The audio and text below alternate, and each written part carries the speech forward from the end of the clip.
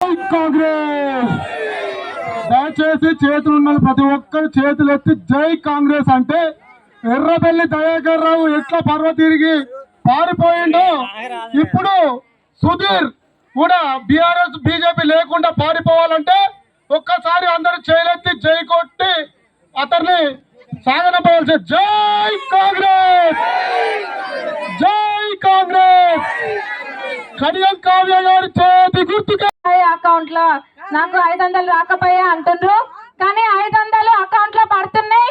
Account లో పడని చోట కూడా మీరు మీ విలేజ్ సెక్రటరీ దగ్గరికి వెళ్ళండి, మీ గ్రామ పార్టీ అధ్యక్షుడిని ఎంట పెట్టుకొని తప్పకుండా పడతాయి. అట్లనే ఆరోగ్యశ్రీ 10 లక్షలు. మరి ఆగస్టు 15వ తారీఖున ఏం జరగబోతుంది? రుణమాఫీ.